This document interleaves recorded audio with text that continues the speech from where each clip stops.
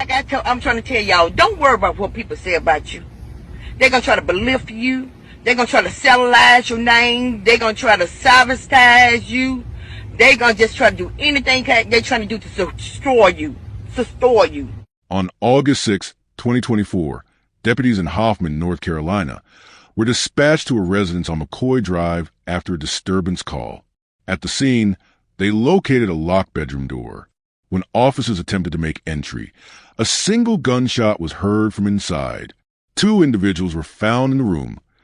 38-year-old Kenesha Miranda Harrison Neely and her husband, 46-year-old Sheldon Maurice Neely. Both were deceased. The investigation focused on reconstructing what occurred before deputies arrived. The couple's relationship began while Sheldon was incarcerated. They married during his prison term, and following his release, they lived together while managing the difficulties of reentry. Sheldon's criminal background and adjustment to life outside prison became part of the inquiry. Detectives considered possible contributing stressors: marital conflict, financial pressures, emotional strain, or trust issues. The locked door suggested an isolated confrontation. A firearm recovered inside was identified as the weapon used. The central questions involved whether the events were premeditated or the result of a sudden escalation. The case was later classified as a murder-suicide. This incident not only concerned one household, but also reflected larger issues involving prison marriages, reintegration challenges, and domestic disputes that escalate into fatal outcomes.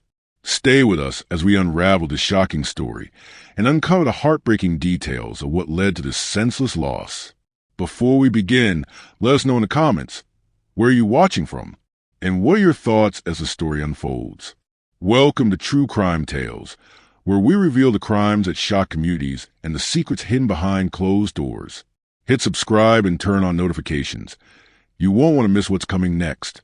Now, let's begin. Kenesha Miranda Harrison Neely was born and raised in North Carolina.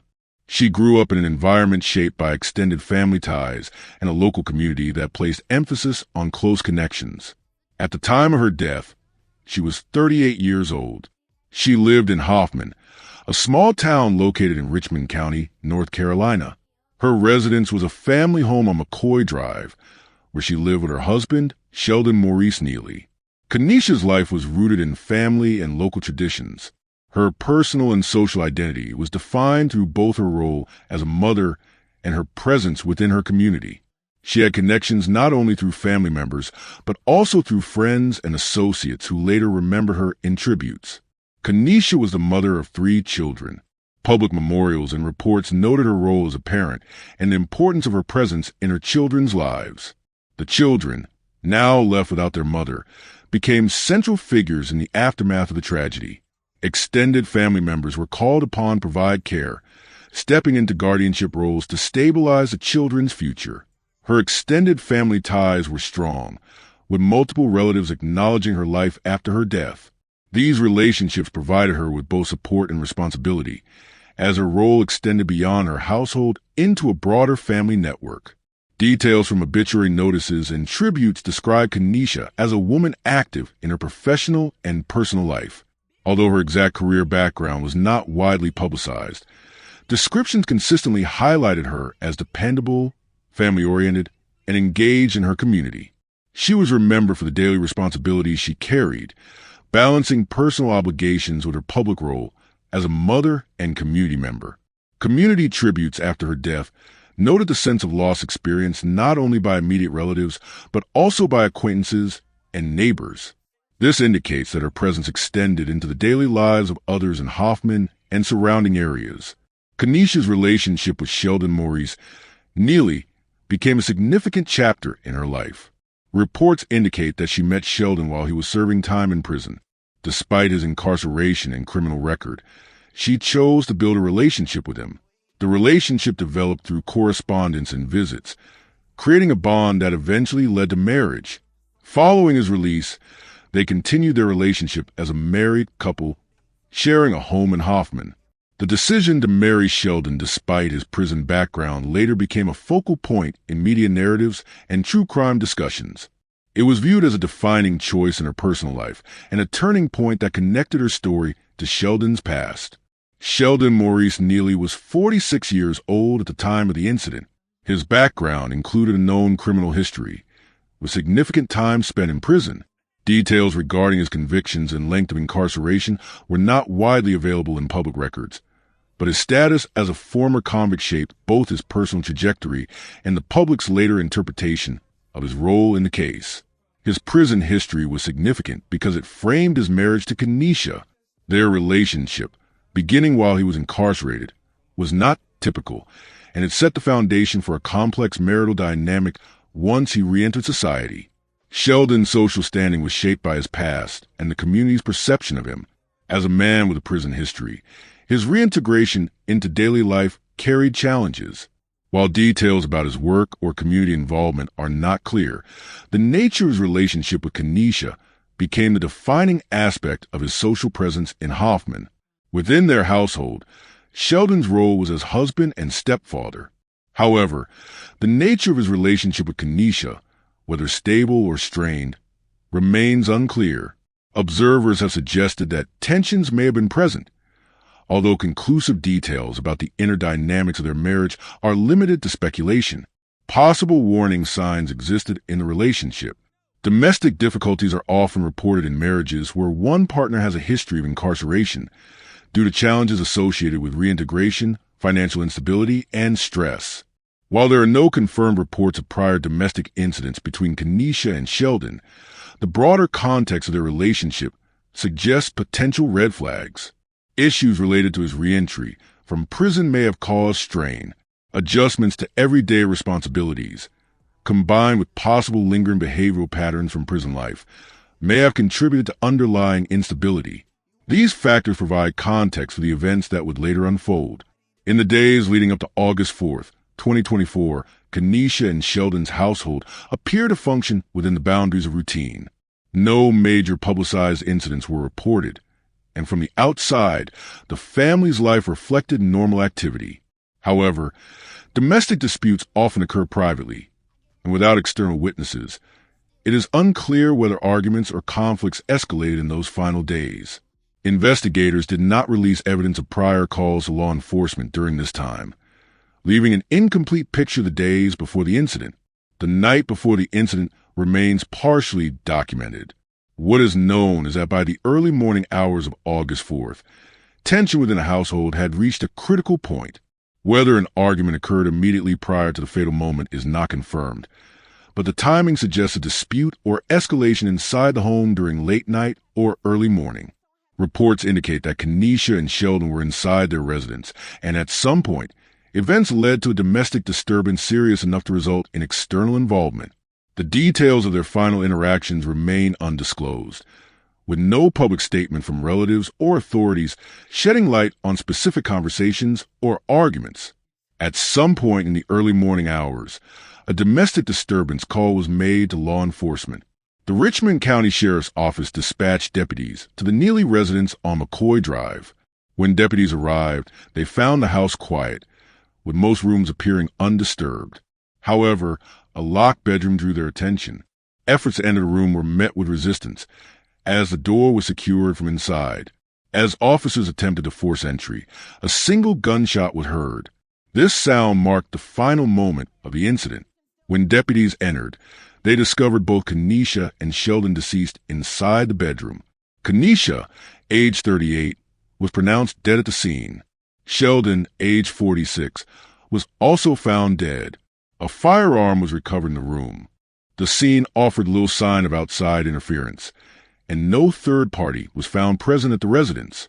Based on the physical evidence available at that time, deputies reached an immediate conclusion. The deaths were ruled as a murder-suicide.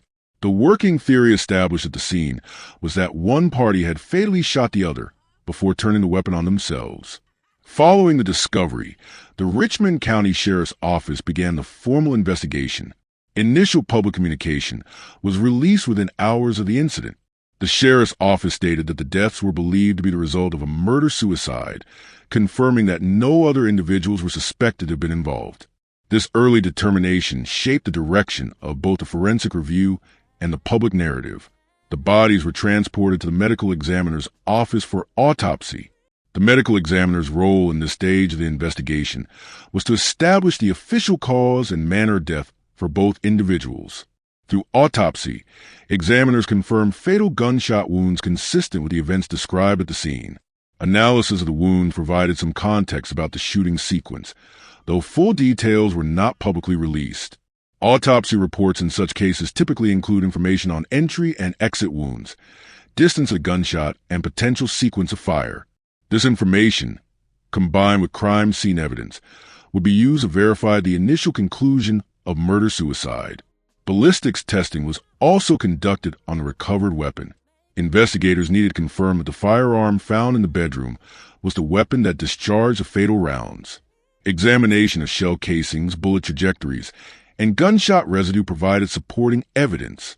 Forensic comparison between the weapon and the wounds on both individuals further established the chain of events. Despite the ruling, unanswered questions remained. One of the most significant was the matter of who fired the weapon first. While the general ruling was murder-suicide, the exact sequence of shots and the order in which Kenesha and Sheldon died left space for speculation. Another area of uncertainty was whether there had been a struggle inside the locked bedroom before the fatal gunshots. No signs of forced entry into the room were documented, but evidence such as overturned objects or defensive wounds might have provided insight. Investigators also considered the couple's history. Whether prior domestic calls had been made to the residence was a relevant factor. Repeated reports of disturbances could have indicated an ongoing pattern of conflict. However, no full record of earlier police involvement was publicly confirmed in the immediate aftermath.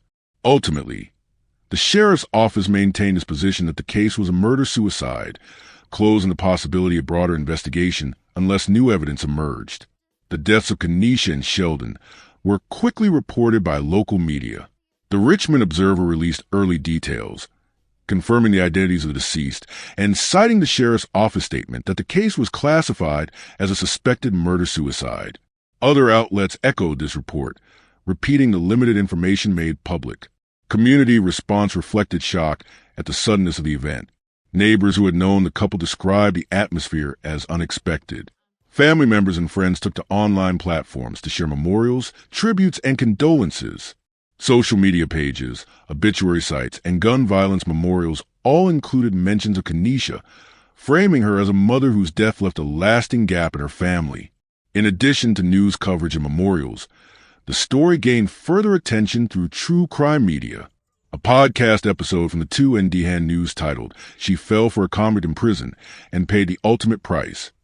The Kenesha Neely story discussed the case in detail. The episode highlighted Kenesha's marriage to Sheldon, who had a criminal background and had been incarcerated prior to their relationship. The podcast positioned the story as one shaped by the risks of prison relationships and the tragic consequences that followed. Articles and blog posts similarly framed the case as a cautionary narrative. Several accounts referred to the situation as an example of how personal relationships can evolve into dangerous dynamics when past histories and unresolved issues surface. Some headlines emphasize the element of Kenesha's connection to Sheldon's prison history, casting the story as more than a domestic tragedy and into the category of preventable violence. Across online spaces, the case continued to be discussed beyond the initial reporting. Obituary websites such as Nelson Funeral Service hosted memorial pages, while forums and social platforms allowed for speculation and further sharing of the details that were released. In examining this case, one of the central areas of focus is the dynamic between Kenesha Neely and her husband, Sheldon Neely. Investigators often begin by considering the domestic environment, searching for stressors within the marriage that could have contributed to the escalation of violence. Stressors in marriages can take many forms. Financial pressures remain one of the most consistent triggers of conflict. The available records do not provide a full account of the couple's financial situation, but considering Sheldon's background, reintegration into stable employment may have posed a challenge. Difficulty maintaining steady income or disagreements about financial priorities are common contributors to strain inside households. Emotional and trust-related issues also remain a potential factor. Marriages formed under unusual circumstances, such as while one partner is incarcerated, can sometimes carry vulnerabilities when a relationship is transferred into everyday life outside prison walls. The transition from controlled, limited communication to daily cohabitation often brings hidden challenges to the surface. What begins as admiration or loyalty during incarceration can evolve into tension once confronted with household obligations, disagreements, or unmet expectations. Thus, one theory surrounding the tragedy on McCoy Drive is that ongoing domestic conflict had intensified, whether related to money, emotional dissatisfaction, or breaches of trust. The strain may have produced an environment where confrontation became more likely to escalate. Another lens of analysis is the background of Sheldon Maurice Neely. Reports and subsequent coverage highlighted his prison history, noting that Kenesha's marriage to him began after incarceration. Adjustment to life after release is often complex. Individuals who have spent years within the structured environment of prison must learn to manage employment, relationships, and daily responsibilities without institutional oversight. For some, this transition is successful. For others, the pressures result in frustration, anger, or instability. Sheldon's background is critical in understanding potential motives. His criminal history suggests exposure to environments where violence and survival strategies were normalized. Entering a domestic partnership under these conditions can increase risk, as unresolved behavioral patterns may clash with the demands of married life. The prison background also complicates relational trust. Partners who meet during incarceration often lack experience handling ordinary stresses together, finances, parenting, or disagreements. This gap can create friction once ordinary domestic life begins. Sheldon's adjustment challenges, combined with possible stresses at home, may produce an unstable environment.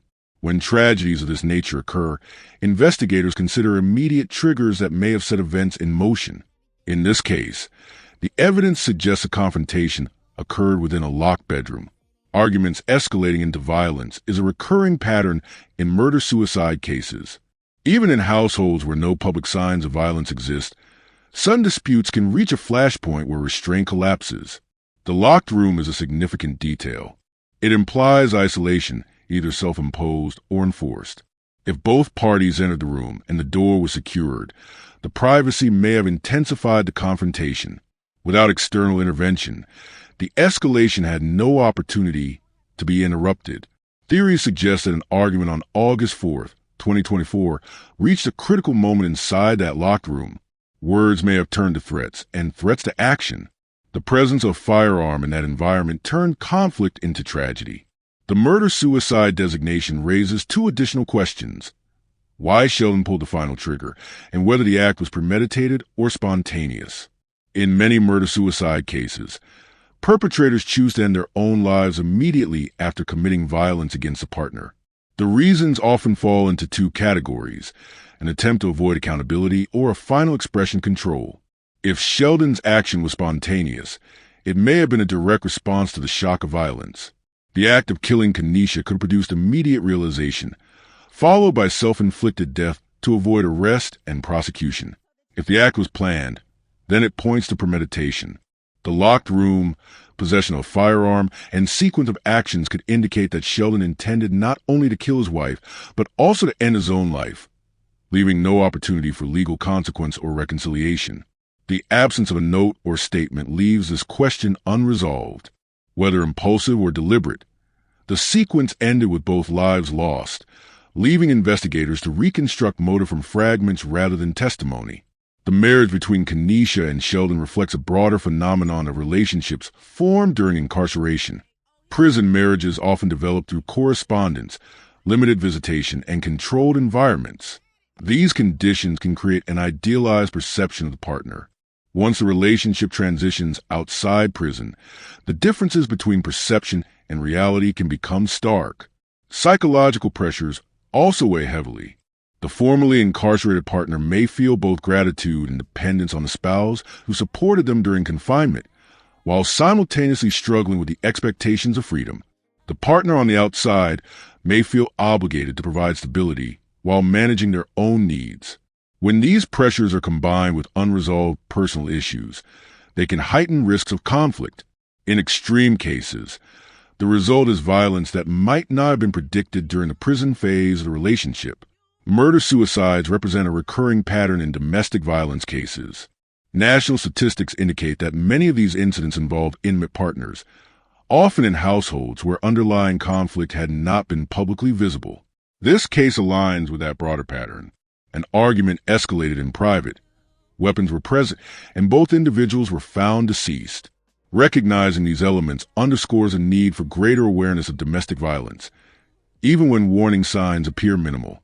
Awareness campaigns often emphasize that early intervention, counseling, and monitoring of at-risk households can reduce the likelihood of escalation.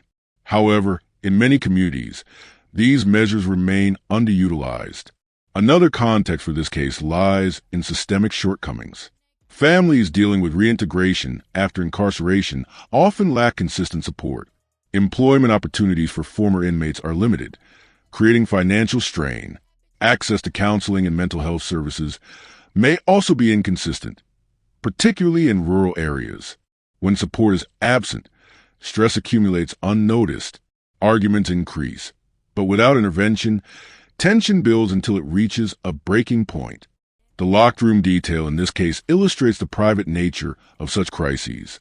By the time law enforcement is called, the outcome may already be irreversible. Missed warning signs form part of this gap. Friends, family, or community members may notice tension, but hesitate to intervene, either out of respect for privacy or lack of awareness of potential danger. This hesitation allows risk factors to grow unchecked. The most immediate consequence of this tragedy is the effect on the couple's 3 children. With their mother deceased and their father also dead, guardianship responsibilities fall to extended family. The transition disrupts childhood stability, leaving relatives to provide both care and continuity. Children impacted by murder-suicides often face long-term challenges.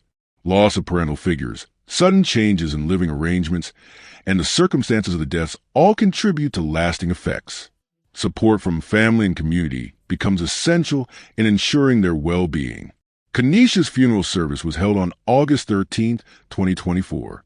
The event provided a structured opportunity for family, friends, and community members to acknowledge her life and contributions. Tributes reflected her role as a mother, relative, and friend. Funerals also serve as public recognition of loss, giving communities a chance to gather, reflect, and begin the process of closure. In this case, the memorial underscored the gravity of the tragedy, while emphasizing the importance of remembrance. Beyond the immediate family, the wider community of Hoffman, North Carolina, experienced the shock of the event. Murder-suicides often leave communities unsettled, particularly when the individuals involved are known locally. Neighbors, colleagues, and acquaintances confronted the reality that conflict within a household had escalated to the most extreme outcome. This awareness contributes to collective grief, as well as reflection on the hidden struggles that may exist within any home. The Richmond County Sheriff's Office officially closed the investigation as a murder-suicide. No further criminal inquiries remain active, as the suspected perpetrator is deceased. The official narrative concludes that Sheldon shot Kanisha and then himself. Despite closure, unanswered questions remain. Why did this happen at this time? Could earlier intervention have prevented escalation? Were there warning signs that went unrecognized? These lingering uncertainties accompany many murder-suicide cases, where final motivations are known only to the deceased. This case highlights themes that extend beyond individual circumstances. It reflects challenges of prison marriages, the recurring pattern of domestic murder-suicides, and systemic gaps in supporting families at risk. Cultural reflection arises from recognizing these factors and considering how they apply in other contexts. 2 lives ended on August 4, 2024, within a locked room in Hoffman, North Carolina. The official record labels the event a murder-suicide. Behind that designation are questions of motive, systemic shortcomings, and the impact left on children, relatives, and community. The story illustrates not only the fragility of domestic stability, but also the unresolved shadows that remain long after headlines fade. If you found this story as gripping and heartbreaking as we did, don't forget to like this video and share it with others. And if you want to hear more true crime stories that uncover the mysteries behind these tragic events, make sure to subscribe to our channel and turn on the notification bell. You won't want to miss our latest stories, updates, and discussions. Thank you for joining us on this journey to seek justice and explore the truth. Together, we can make a difference. Until next time, stay safe and stay aware.